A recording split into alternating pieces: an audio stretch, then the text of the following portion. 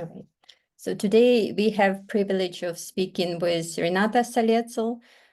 She is well-known philosopher and sociologist. We will be discussing her notable book on anxiety and also her current thoughts on this topic, and particularly in light of recently she wrote a foreword to edited volume Anxiety Culture, which is going to be published soon with Johns Hopkins University Press.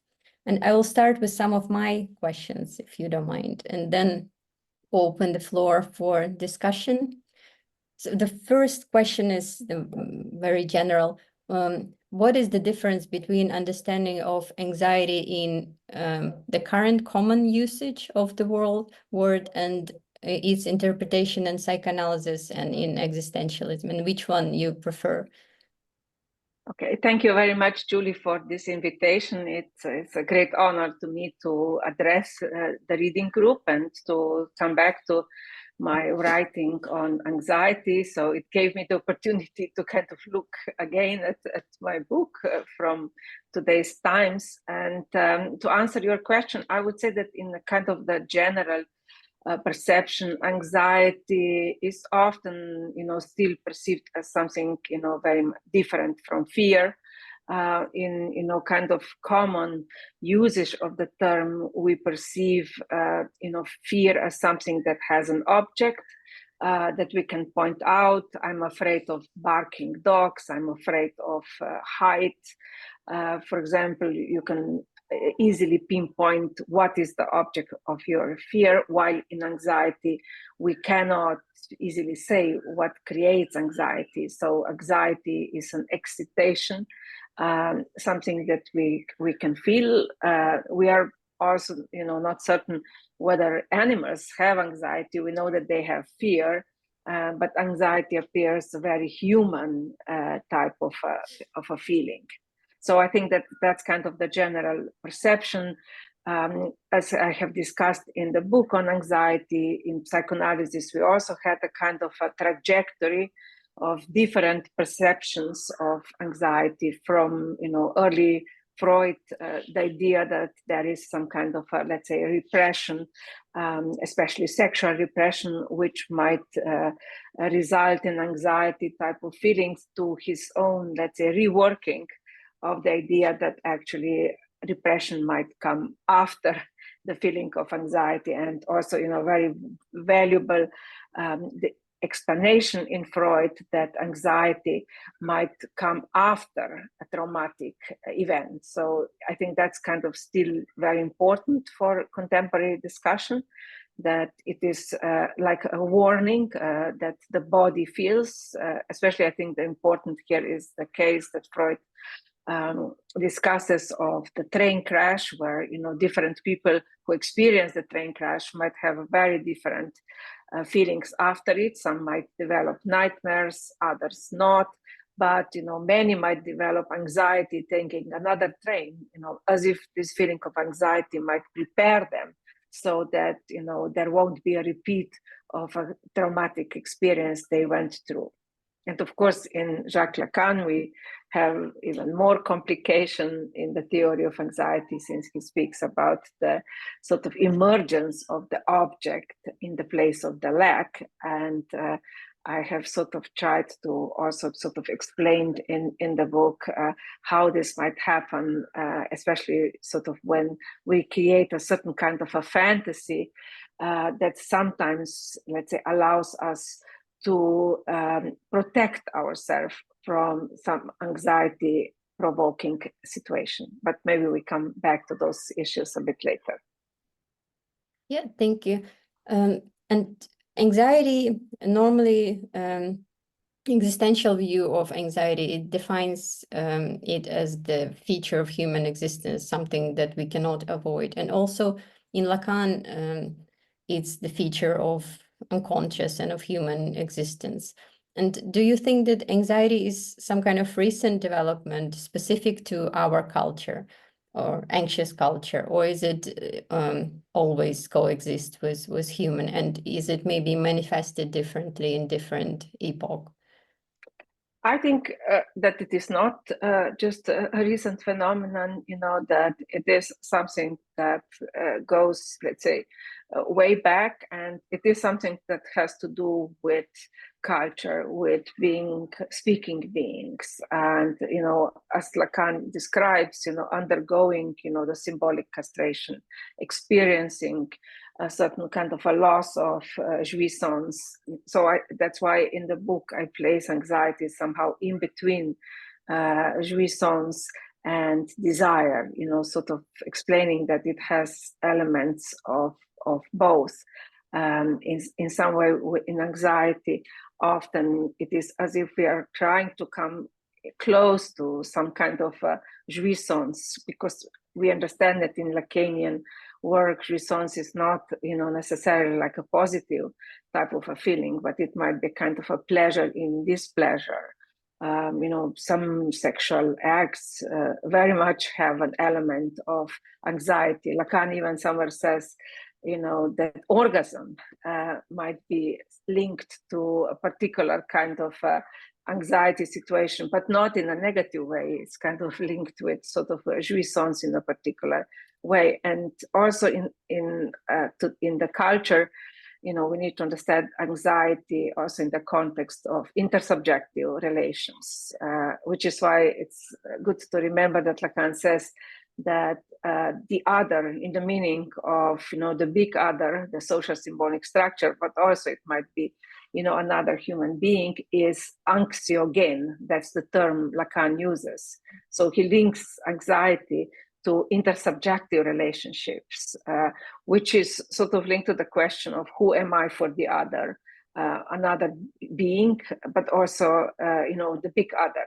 How am I regarded in society? And that's, I think, where it's important to push further the Lacanian study, to look at what are the changes in the social symbolic structure today, and what kind of, let's say, new anxieties are emerging in this time. And I have done some studies on the study of neoliberalism and the consumer society and how this affects us in a new way. So I think that that's where the work has to go. I see that now there are some books emerging also on the anxiety related to algorithms and AI. So that would be, I think, the new field of study for people working in the domain of psychoanalysis and, more broadly. And where we will deal with sort of like I would say, new type of anxieties, which are not necessarily going to be so differently experienced, bodily experienced by people, but I think they need to be in a new way conceptualized. Mm-hmm. Yeah, thank you. We will come back maybe to intersubjective anxiety. And just one last general question that you already started to answer is that your book was published on anxiety, was published a while ago, but feels extremely relevant right now. And how does current anxiety is different from the one back then? And if you would write this book again now, today, what would be different? What are your new thoughts on anxiety, or what is this new anxiety? Yeah, thank you for your kind words. Actually, when I was like rereading my book, which I have kind of touched for some time, I also had that feeling that the arguments still stay, and that actually it touches very much the issues we are dealing with. So I think that I'm looking at the anxiety from the cultural setting in the early 2000s. However, the situation didn't change so much. What has changed is the sort of the power of the social media. So I would definitely add something on that, how it creates the feeling of anxiety. We also live in even more divided society, unable to come to an agreement of what is truth, what are facts, living in our bubbles in a way more than we were when I was writing the book. So I would add that. And of course, climate change is now becoming, so prevalent as a major anxiety provoking issue. And I think that denial and ignorance in regard to it are sort of, let's say, one of the mechanisms in which we are dealing with this anxiety. So I think that that would be also another chapter, which I would probably add. And also you predicted amazingly COVID pandemic with the claiming that virus and terrorism are those uncanny. And so it was extremely relevant back then. And also I was reading it before the war and now, and before when I read it, the chapter on war, it was strange. Why would you mention it, to be honest? And now it's completely the opposite. The need of analysis of a war in contemporary society, like it's still there. That is interesting. And here is just like one comment, a lot of the material for the study of anxiety in war, which I used in the chapter, I found in Israeli psychologists' writings. So I remember, finding very interesting analysis studies of how people deal in war situations, in those groups. I found some obscure articles in the British Library, and it's quite shocking, that one of the wars in today's times is actually happening in that country, which sort of in some way really had a very developed theory of anxiety related to war. Maybe we should talk a bit about war and for example, how current war in Ukraine, and I'm now in Ukraine, is similar and different to the wars that you described in your book, and also how is it different from those futuristic wars that you were expecting is going? It's a strange mixture for me of two, and I already told you that because I'm within the situation, it's quite hard for me to analyze it. Strangely, but maybe you have something to say. Yeah, I myself experienced only 10 days of war. When Yugoslavia collapsed, I was in Slovenia, and Slovenia was at that time attacked by the Serbian-dominated Yugoslav army. Slovenia, when it tried to secede from Yugoslavia, suddenly ended up with a lot of soldiers of Yugoslav army in its territory. Happily, we were not bombed, so that the army was not totally united, Yugoslav army, to decide to bomb Slovenia. Slovenia is small, only 2 million people, so it would be very easy for the Serbian-dominated army to kind of pretty much bomb the whole country if they were to decide that. And I remember personally the anxiety at the start of the war. First, very similar situation, which I felt, also in some of my Ukrainian friends, was that denial that war might happen continues quite long. I was invited to come to Kiev just, 2 months before the war in Kiev started, to give a talk in the museum Pinchuk. And my hosts, did not believe that the war will happen. We were negotiating which date, and actually, funnily, what they asked me to give a lecture on was anxiety between love and hate.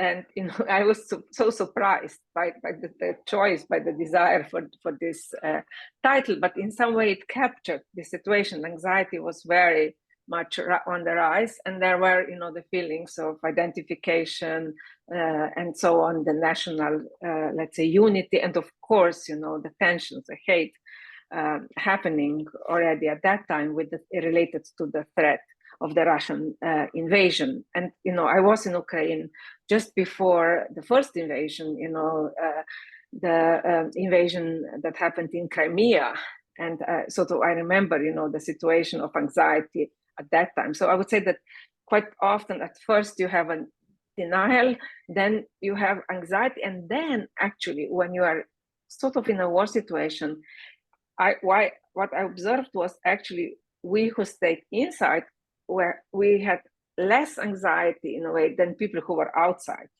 So the friends who escaped were constantly calling, and they were like out of their mind, while where you're inside, you just need to deal with the situation in some way. And then at some point, I think, at least, our war was really short. We decided on a strategy, a group of us in Slovenia working on Lacanian psychoanalysis, to focus daily on something that is not related to war. And that's when we wrote the book on Lacan and Hitchcock. So a group of theorists decided to divide the Hitchcock films and, start writing and studying something that allowed us to detach from the horrible situation, which of course was anxiety provoking, because after a few days you start thinking, oh, but majority of wars were going on for years. At first you have the feeling it will not go on, it has to stop, and then you feel like, oh my God, it can go forever. And then you realize you have to limit yourself. You should not watch constantly the news.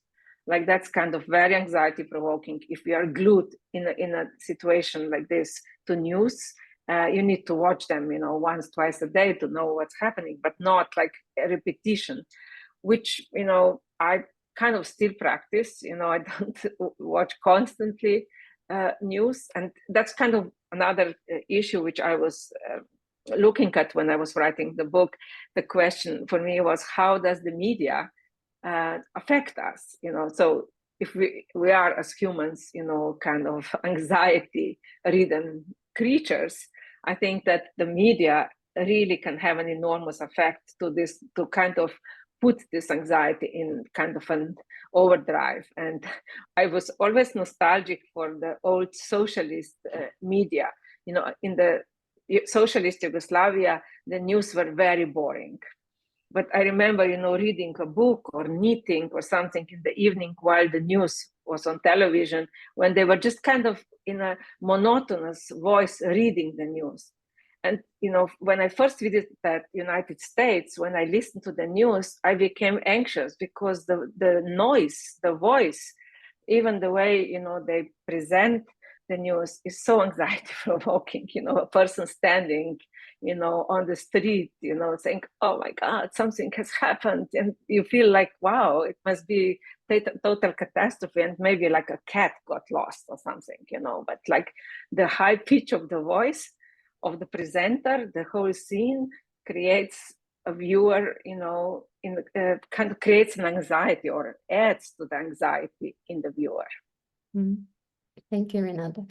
I feel that when they're doing here something that is from normal life, like drinking coffee, they have to justify themselves, and they call it war-life balance, not work-life balance, but war-life balance. It was first shock, but enthusiasm over first year. Then it was kind of a depression, exhaustion, and now it's more numbness.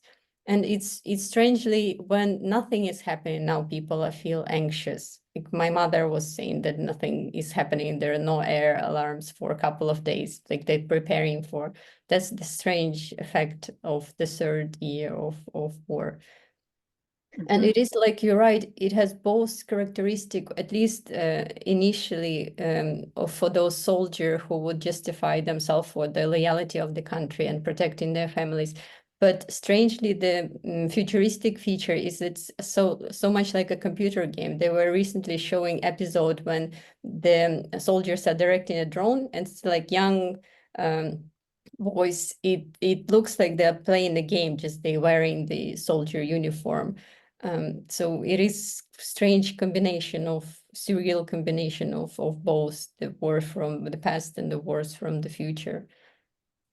Yes, and probably also some people also sort of create this kind of fantasies that they are kind of protected from what is happening. Often we see with some photojournalists or whatever that they are reporting from the situation, but sometimes they feel that the camera is protecting them, that they are not really endangering themselves or whatever. So we create often a kind of a story which allows us to somehow endure the anxiety situation, or to feel as if we are not totally there. As I was describing in the book, that you can have a soldier who feels that he is just watching the movie, that he is not really there, and then emerges like an object which tears the fantasy down, like, you know, in the story which I was describing, was like dead horses.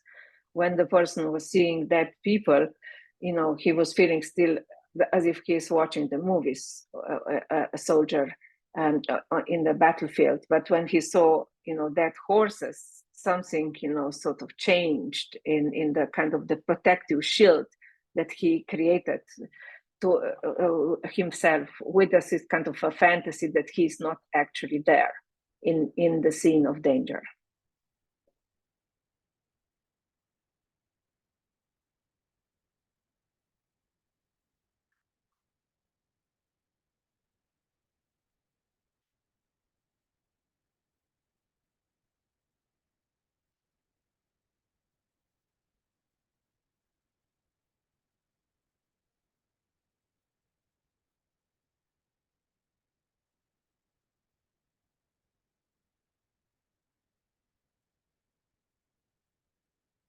I don't know if we lost Julie.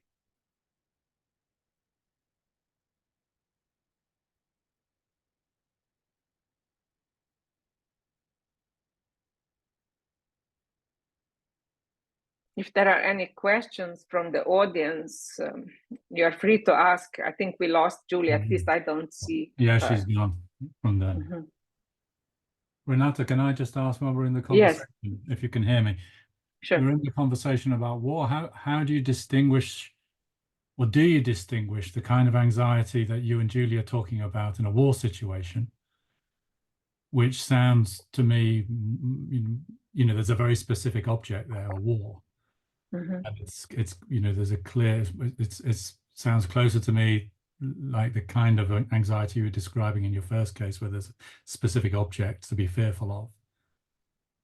And then the kind of generalized anxiety, existential anxiety, are they both in play at the same time? How do you see that? Julie, you are back. I just asked the audience to pose the questions when we lost you, if that's okay. Thank you. On interview, yeah. Thanks. Yes, so to answer Matthew, I think that there is a distinction here. You know, the war situation, you know, definitely creates a different type of anxiety than, you know, what we speak about, kind of a general anxiety. Although I don't like so much the term generalized anxiety disorder, you know, because it appears, you know, something that we can use for, you know, whatever problem we are dealing with. So I think that, you know, the war situation truly, you know, creates, you know, the type of anxiety which is really, you know, linked to sort of the fear of the end of your life, I would say, and, you know, the life of your loved ones, and, you know, kind of the, let's say, collapse of the whole society. I have been going a lot to Japan, Hiroshima. Next year, you know, we are remembering, you know, the attack at Hiroshima. It will be 80th anniversary. And I have been interviewing the survivors. They are named Hibakusha.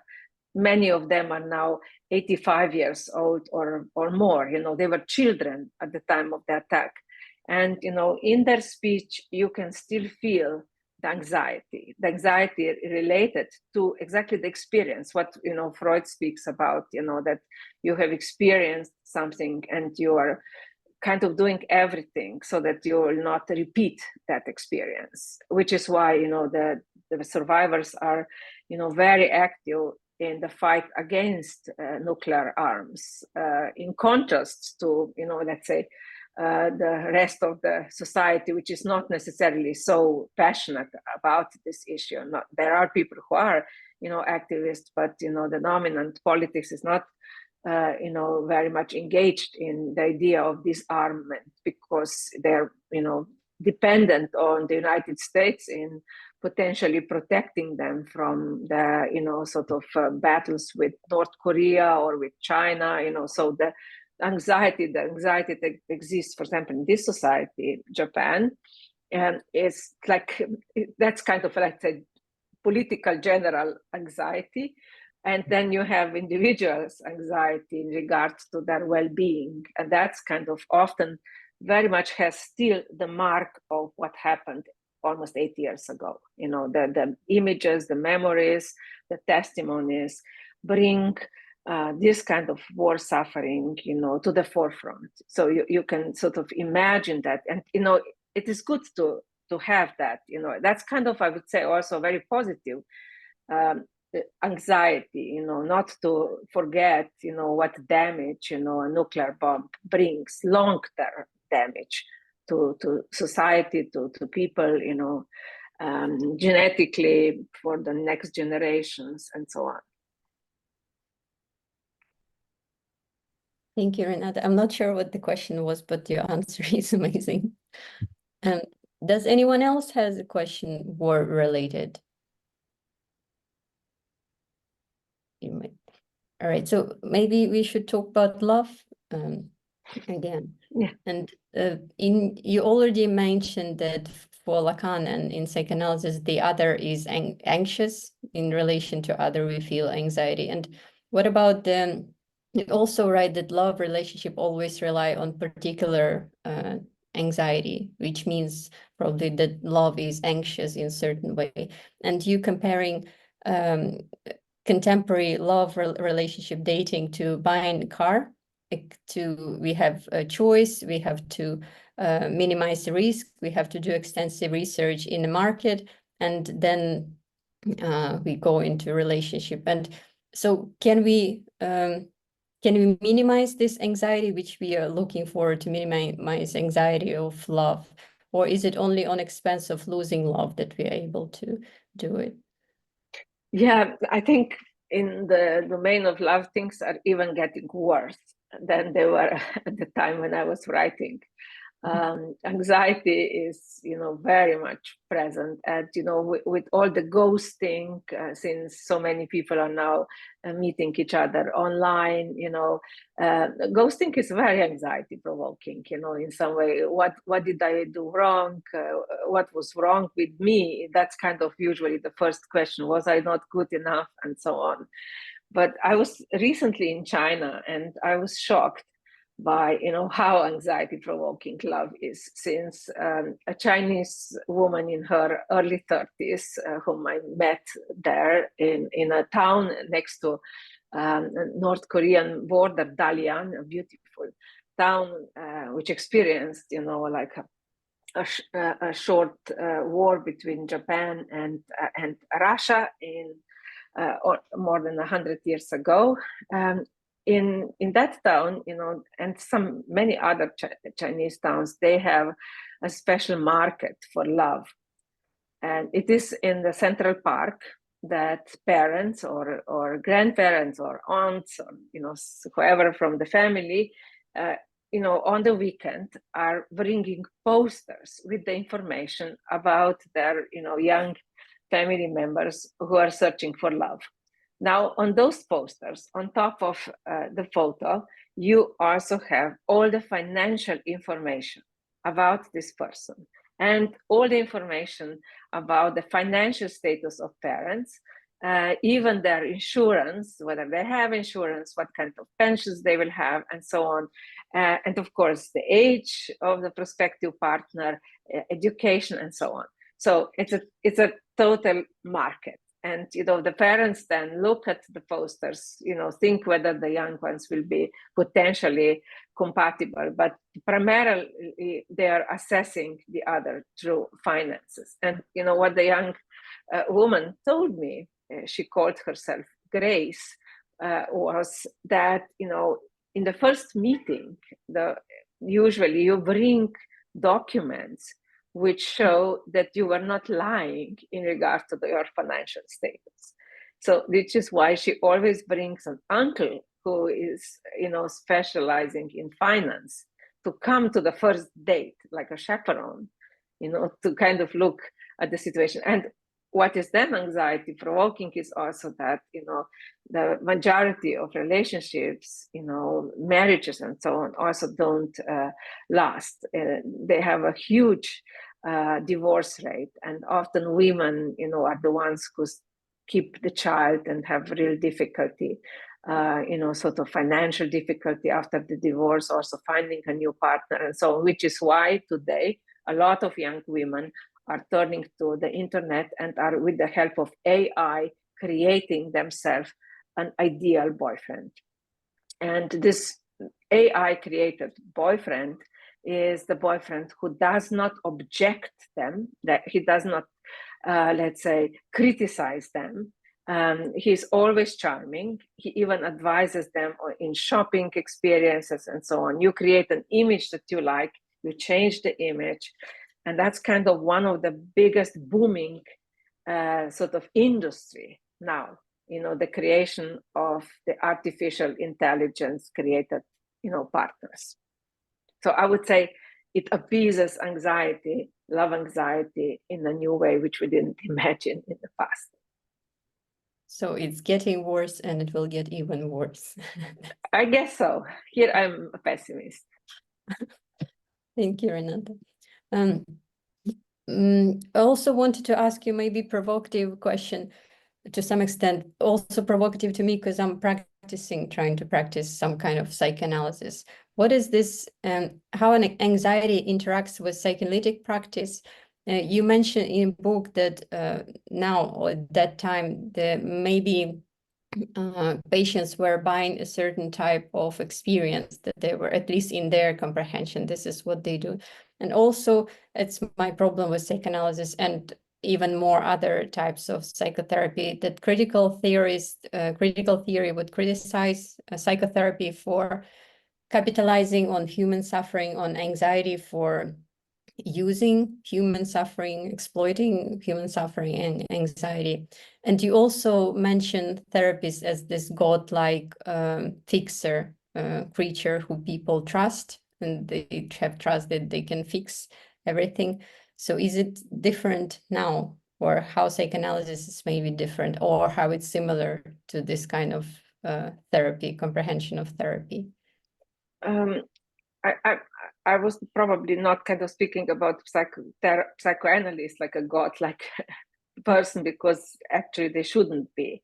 We know well from Lacanian psychoanalysis that psychoanalysts shouldn't be the one who knows. Although, the patient, perceives the psychoanalyst to know something about what might help him or her with the symptoms, the psychoanalyst shouldn't be the one who tells what to do, but, should kind of create a space where the patient comes to his or her own, let's say, conclusions, questions, and pushes him or herself further in dealing with what might be at the core of the person's suffering.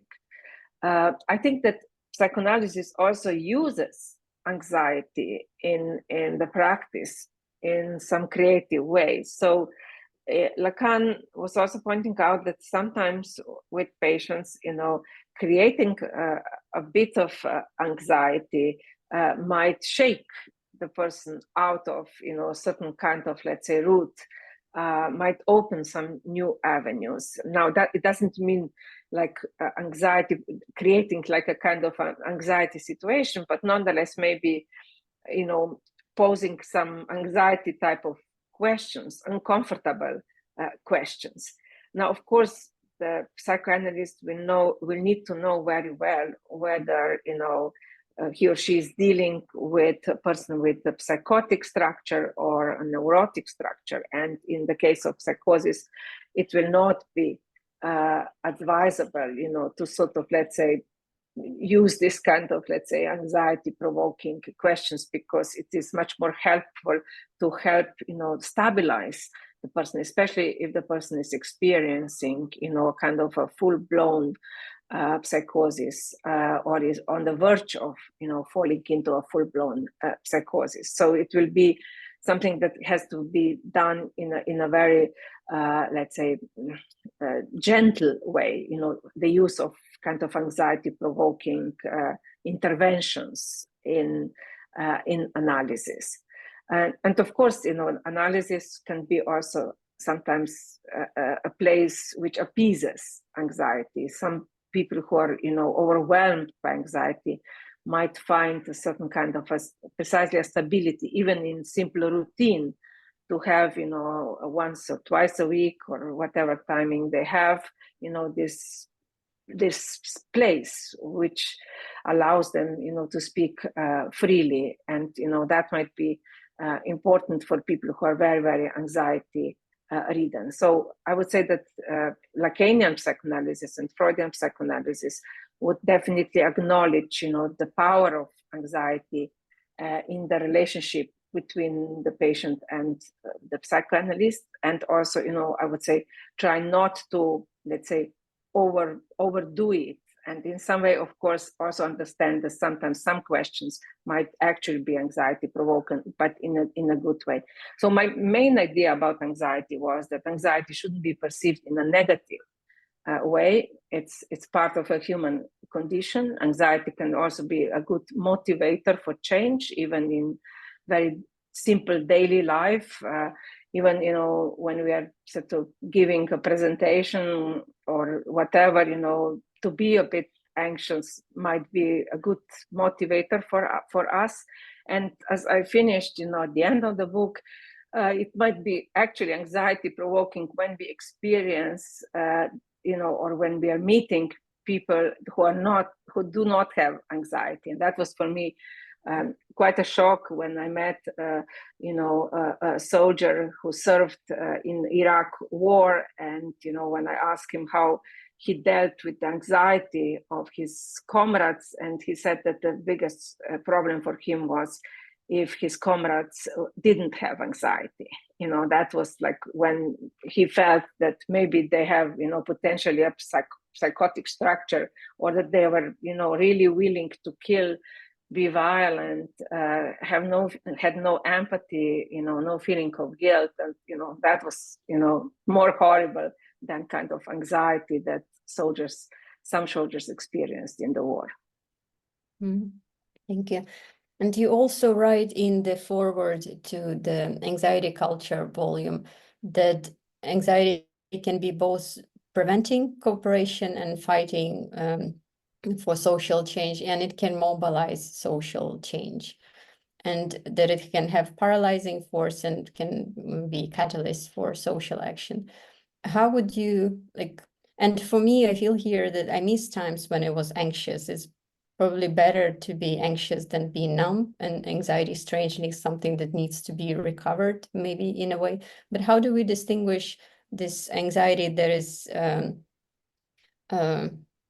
paralyzing and anxiety that is needed for fighting for social change? And you also write that, for example, certain Hitler, for example, came to power as a solution to this particular anxiety that was back then, and some fundamentalist religious cults can be seen as a response to this, to particular kind of anxiety. So how do we distinguish, and what can we do, if it's possible to do anything to not to fall into this type of anxiety, but to use anxiety in a different way? Yeah, thanks, Julie. You really raised important issues, how politics uses anxiety. And, we see it again and again, a certain political discourse, events, the other, the enemy, someone we should be anxious about. I remember, Duterte in Philippines. He came to power through creating this enormous anxiety over drugs. That was like his number one issue, though the country didn't have, bigger problem with drugs than, majority of countries have, but that his discourse was all about, he will go after all the drug users, he will kill them, he will clean the countries and so on. Now we have, a lot of the discourse about the migrants. Migrant is now this other we should be afraid, who are killers, who are, dangerous to society, bringing illnesses and so on. So this discourse, it didn't change much in the last 20 years. It just became more efficient with the new social media, and with the proliferation of, fake news, conspiracy theories, which are, now spreading much quicker. And they are very, very hard to kind of fight against. So I would say that political use of anxiety is becoming even more important to understand. And it is something which is very, very difficult to fight against.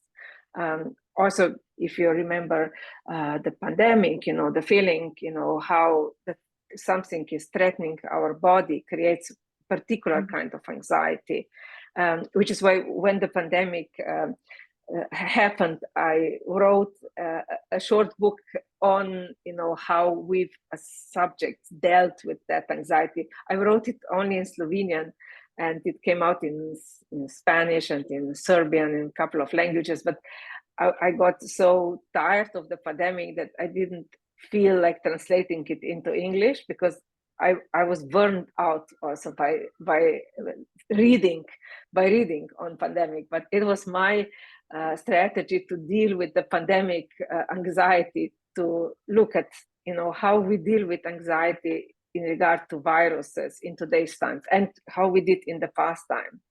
And it was interesting, when I was analyzing this, how the anxiety very, very quickly can turn into sort of like a new type of aggression. Even the most kind of really horrible aggression, which is like trying to infect others deliberately. Now, we saw that with HIV, epidemics of HIV also led in some circles to types of aggression where people were deliberately trying to infect others. And we saw this with COVID, like in the United States, in Europe, UK in particular. We had a number of cases of deliberate infection. And also, we can say that in these cases, in some cases, it was actually to create anxiety, to make other people anxious, to threaten them. But, sometimes people were dealing with their own anxiety in such a way. And, funnily, people also sort of discovered some old films and used them online. So in China, a very popular online film became, a story of actual event of two businessmen who met on the street, and they started fighting. And then at some point they started spitting on each other. So as if they lost words, and spitting in China is like a great offense. It's really kind of something very, very unpolite to do. Now they're, as I said, two businessmen. Now people were spreading this film all over on YouTube, on social media, as if it was a film that was done during COVID. However, the research showed that this film was done already 5 years ago. This example of such attack actually happened on the streets, but 5 years ago, as if we needed a kind of a fantasy, or people needed a certain kind of a fantasy of a very particular, aggression, which they were sharing, and maybe they were, sort of articulating or alleviating or, sort of dealing with their own anxiety by, watching this kind of, let's say, aggressive spitting match. Thank you, Renata. So anyone else has questions? I have maybe one more. Yes, Yes. I do. I'm in the United States, and so much of our culture seems to be based on happiness and positivity and not feeling anxious. And it's almost as if you have anxiety, it's a cognitive distortion according to this way of thinking. And so it's sort of you're put down for feeling anxious. And I wonder if you have any thoughts about that. Yeah, I visit the United States quite often.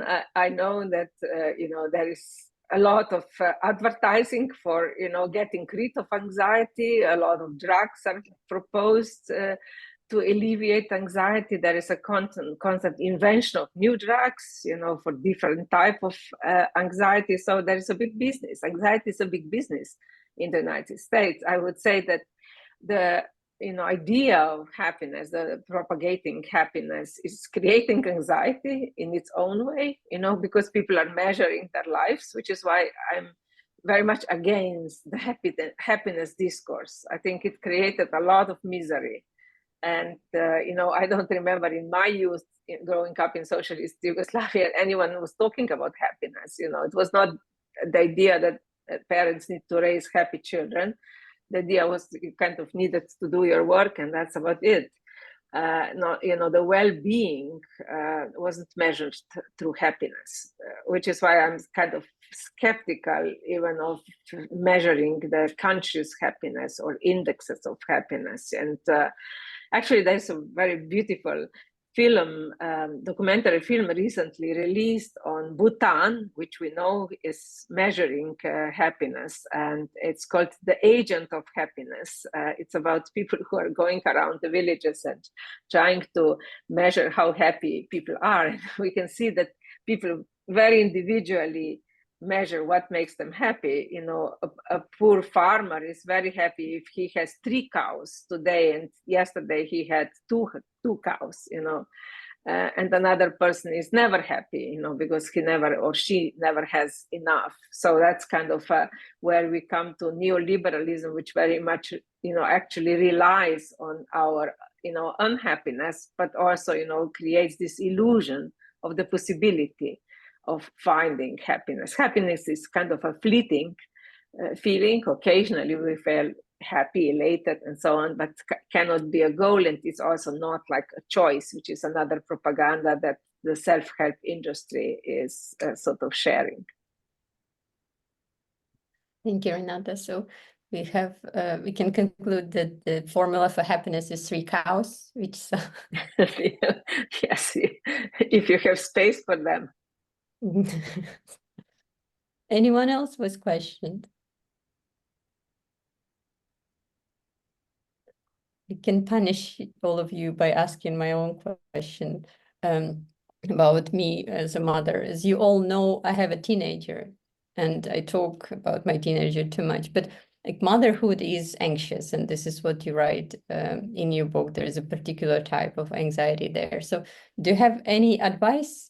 Or maybe do you want to problematize my desire for advice? And from your examples of mother who killed their children, I understand I'm not doing that bad, but still, or maybe you want to reject my, to give me advice, which would be more in spirit of your book. Yeah, I'm also a mother. My son is in his 20s, and I can only say that anxiety among mothers is more present today than it was, let's say, 20 years ago, when my child was very, very small, and when I wrote this book. So I see that the high standards that we are creating about what should motherhood be, and not only motherhood, fatherhood, is really creating a lot of anxiety, not only among mothers, even among mothers to be. Pregnant women already feel enormous guilt that they have not done everything to sort of bear the child in the most perfect circumstances. So I would say that we should return to Winnicott, and you can only be good enough mother. So I would say that we are doing, all of us, the best we can, and as mothers, and we should sort of, let's say, be a bit less critical on ourselves. And that's kind of what I would propose as one step, in the direction of alleviating the anxiety. But of course, anxiety of parents will always be present, and it's also okay, that can be protective shield sometimes. It's good if we are a bit anxious, but not too anxious. Thank you, Renata. So if anyone have questions, you can add them as your last chance. I have a question. Yeah, hi, Dawn. What do you make of the research in psychology that talks about children having stability that actually really helps them handle anxiety better when they're older. Like, stability really does offer children a level of nervous system regulation that helps them handle situations when they're older. Their brain integrates, they use their whole brain to solve a problem. So we know that research is there, but I think there's also something to be said about kids who are thrown into utter chaos as kids, and they actually radically accept that chaos, and they tend to find ways to navigate it. So what do you make of that? Is there strategy on both sides? That's a very important question. And, we often do not pay enough attention to the questions of what brings stability. Stability is not simply, parents being nice to the child. It's also the economic stability in which the family lives. It's the ecological, healthy environment, adequate, quality type of food, not being in a war zone. I cannot imagine, what will happen with these children who are now living in the war zones, around the world, and, with the malnutrition, with constant anxiety. And, here epigenetics has been pointing out that anxiety affects the expression of the genes. There have been important studies in the animal world also about, how, the offspring developed if they were living in a kind of let's say, unstable situation with a lot of fear.